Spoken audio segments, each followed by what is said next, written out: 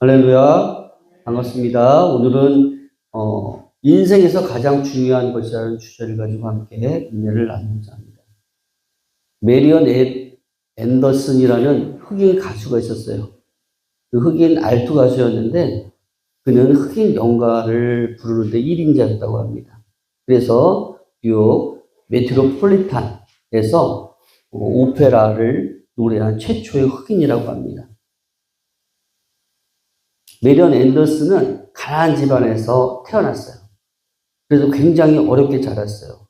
그런데 노래에 특별한 재능을 보였습니다. 그가 다니던 교회에서는 그의 음악적 자질을 썩히는 것이 안타까워서 후원회를 조직해서 공부를 시켰어요. 이미 힘입어서 공부를 마치고 가수가 된 그는 뉴욕 맨하튼 무대에서 처음으로 독창회를 열게 되었습니다. 그러자 수많은 백인이 언론을 통해서 악평을 쏟아부었습니다. 여자 목소리가 아니라 남자 목소리 같다. 알토인지 베이스인지 구분이 안 된다. 백인이 흑인을 무시하던 시대였으므로 그들은 더욱 신랄한 비난을 했습니다. 메리언의 마음은 무너져 내렸습니다. 깊은 좌절에 빠졌어요.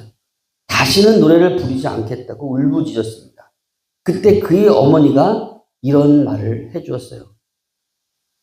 메리언, 너의 위대함보다 은혜가 먼저 있어야 한단다.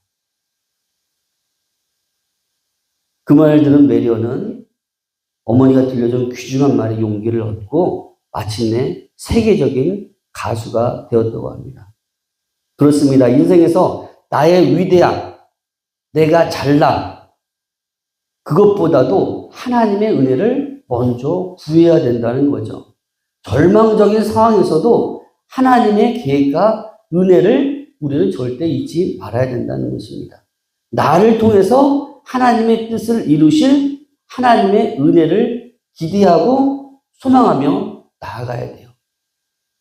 고린도전서 15장 1절부터 11절이 그리스도의 부활을 이야기하고 있고, 그 다음에 12절부터가 죽은 사람의 부활에 대해서 이야기하고 있어요.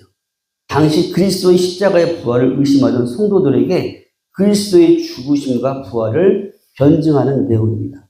바울 사도는 내가 받은 것을 먼저 너에게 전했다고 합니다. 여기서 먼저라는 말은 가장 중요한 것이라는 말이죠. 그러니까 바울 사도에게 가장 중요한 것은 그리스도의 십자가와 부활의 복음이었습니다.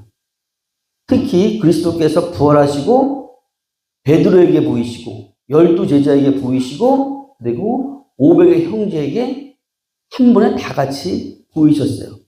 또 예수님의 육신의 동생 누구입니까? 야고보에게. 그리고 만삭이 되지 못하여 난자 같은 바울 사도에게도 보이셨다고 말하고 있습니다. 이런 바울은 하나님의 교회를 박해하는데 앞장섰기 때문에 사도라고 부름을 받을 수 없었습니다. 그러나 자신이 사도 된 것은 무엇 때문이다? 하나님의 은혜로 된 것이다 라고 말을 합니다.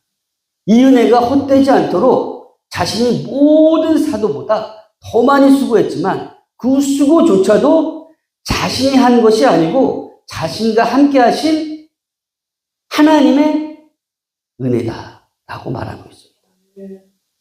은혜를 한 문장으로 표현하면 은혜는 하나님께서 죄인들에게 베푸시는 호의를 말하는 것입니다. 사랑하는 성도 여러분, 이 은혜는 어마어마한 우주를 창조하신 창조주 하나님께서 티끌 같고 벌레 같은 존재인 인간을 구원하시기 위해서 사람이 되셔서 베들레헴의 나귀 부유에서 태어나신 것입니다. 그뿐 아니라 친히 죄인이 되어서 십자가에 돌아가신 것이 바로 은혜입니다. 그것을 끝으로 하지 아니하고 죄인된 우리에게 예수 그리스도를 믿는 믿음을 선물로 주신 것이 바로 은혜라는 것입니다. 마틴 루터는 이렇게 이야기해요. 하나님의 은혜가 먼저 사람을 선하게 만들지 않으면 아무도 선하거나 선행을 할 수 없다. 그리고 아무도 행위로 선하게 될 수 없고 선행은 선한 사람만이 된 후에야 이루어진다. 마치 열매가 나무를 만드는 것이 아니요 나무가 열매를 맺는 것과 같다라고 이야기를 합니다. 그러므로 모든 행위는 겉으로 보기에는 아무리 좋고 아름답다 하더라도 은혜로 말미암지 않으면 헛된 것이다 라는 거예요. 그러면은 하나님께서 무엇 때문에 우리에게 날마다 은혜로 살라 하실까요? 우리가 구원받은 것은 예수 그리스도를 통해서 은혜로 새 생명을 얻었기 때문에 하나님께서 날마다 은혜로 살라고 말하는 거예요. 요한복음 1장 12절 13절 제가 읽어드릴게요. 영접하는 자 곧 그 이름을 믿는 자들에게는 하나님의 자녀가 되는 권세를 주셨으니 이는 혈통으로나 육적으로나 사람의 뜻으로 나지 아니하고 오직 하나님께로부터 난 자들입니다. 그러니까 예수님을 그리스도로 믿는 사람에게 하나님의 자녀가 되는 무엇을 주셨습니까? 권세를 주셨다는 거예요. 이것이 바로 우리가 받은 가장 큰 은혜예요.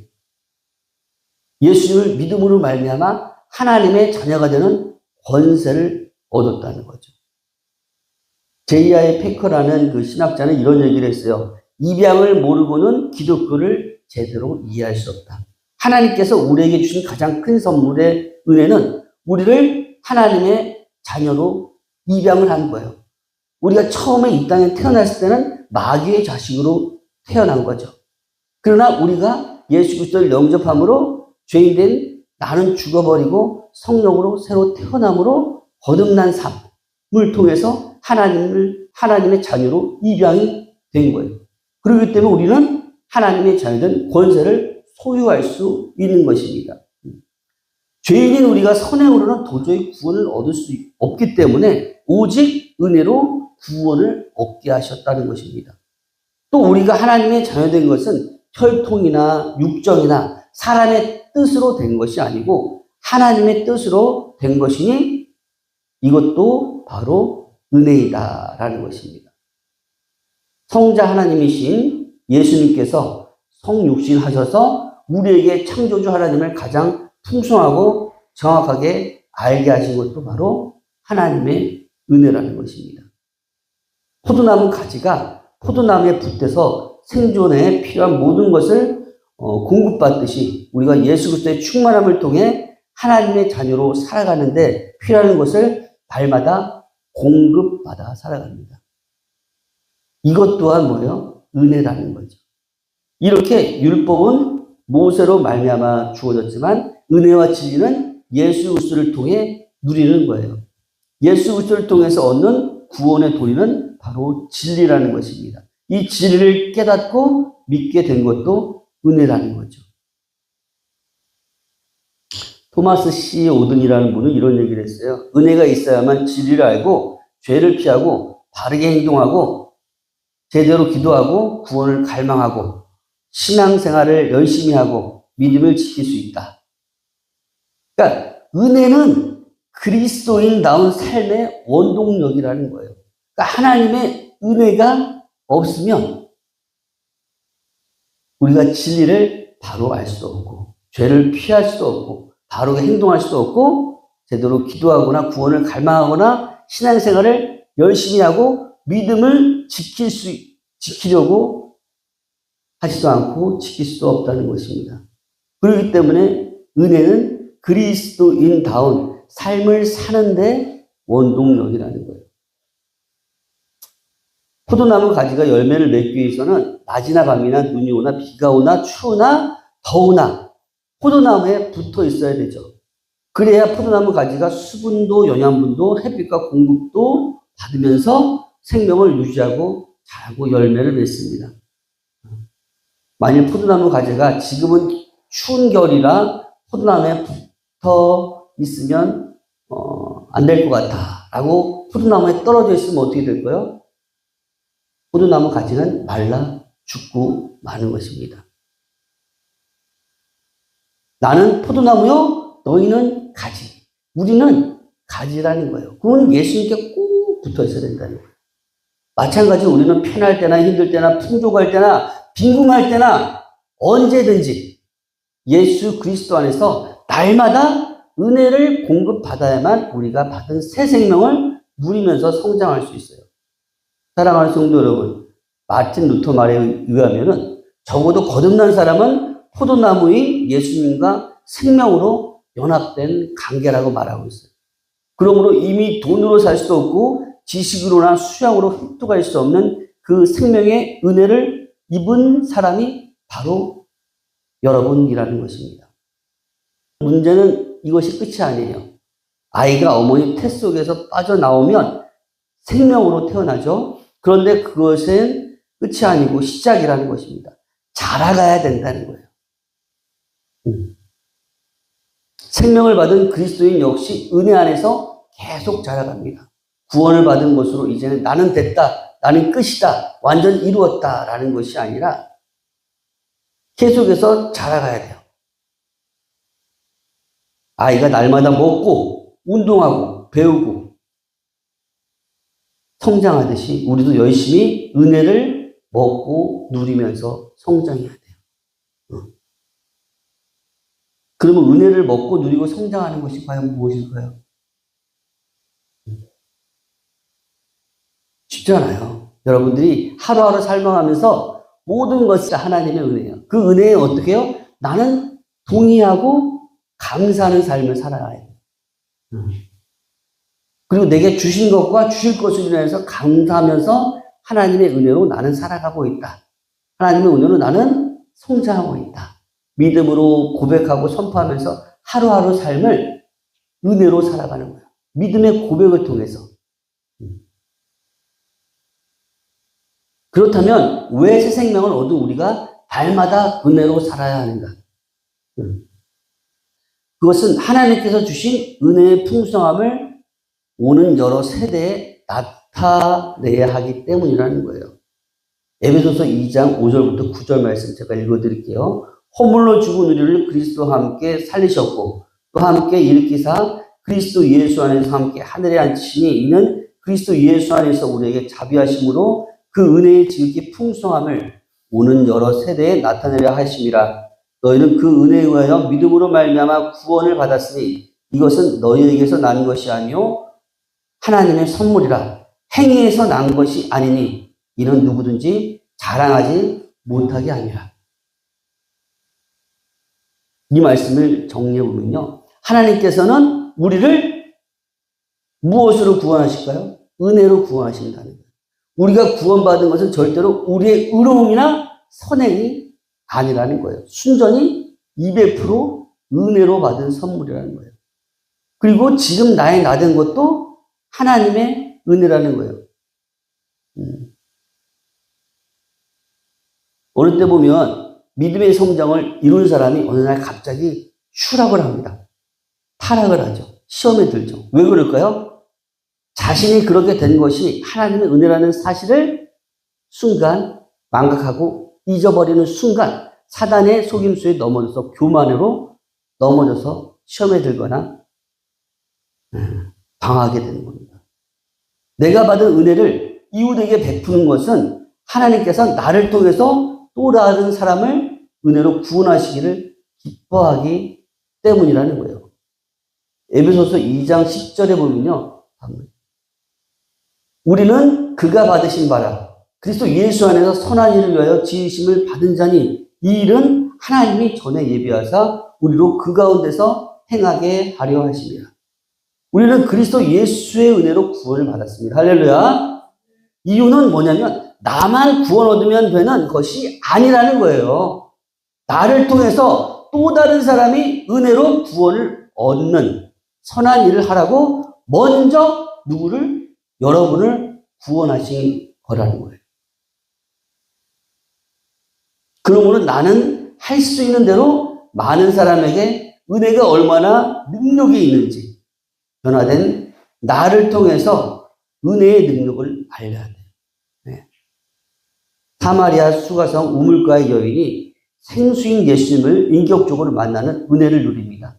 평생 목마른 여인이 예수님께서 주신 생수를 마심으로써 한순간에 그 갈증이 해결되는 은혜를 누리게 돼요.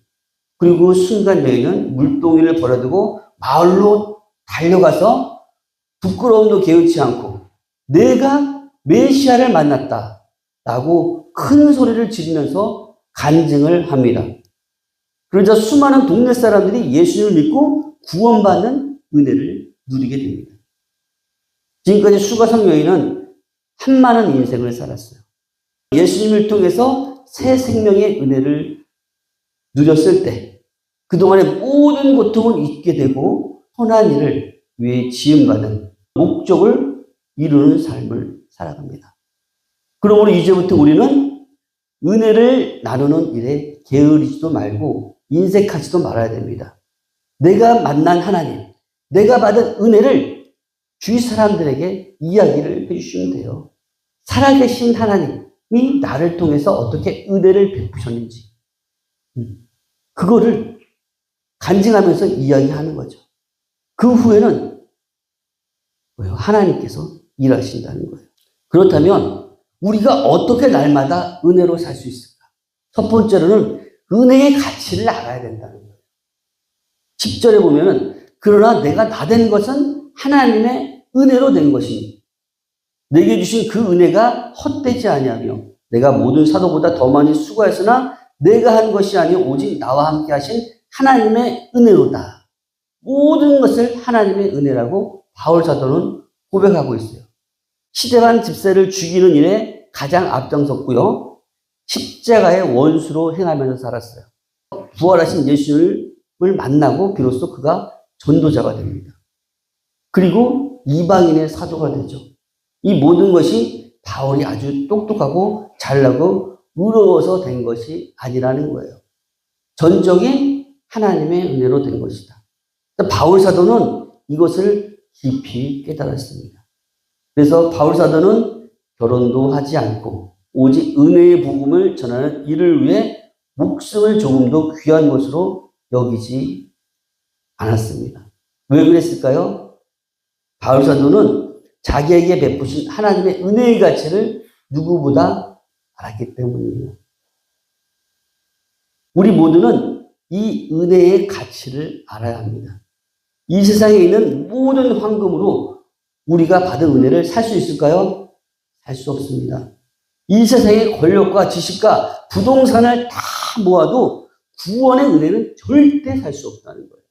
또 그것들이 우리를 천국으로 인도해 줄 수도 없습니다. 우리 된 것은 하나님의 은혜임은 결코 잊지 말아야 돼요. 그래서 우리는 은을 구하고 금을 구하듯이 날마다 뭘 구해야 돼요? 은혜를 구해야 돼요. 날마다 하나님의 은혜를 구하며 하나님의 은혜를 누리고 하나님의 은혜를 전하는 우리 성도님 되시기를 예수님으로 소망합니다. 두 번째로는 은혜에 주이신 하나님의 종으로 거룩하게 살아가야 된다. 로마서 6장 15절, 22절, 23절 제가 읽어드릴게요.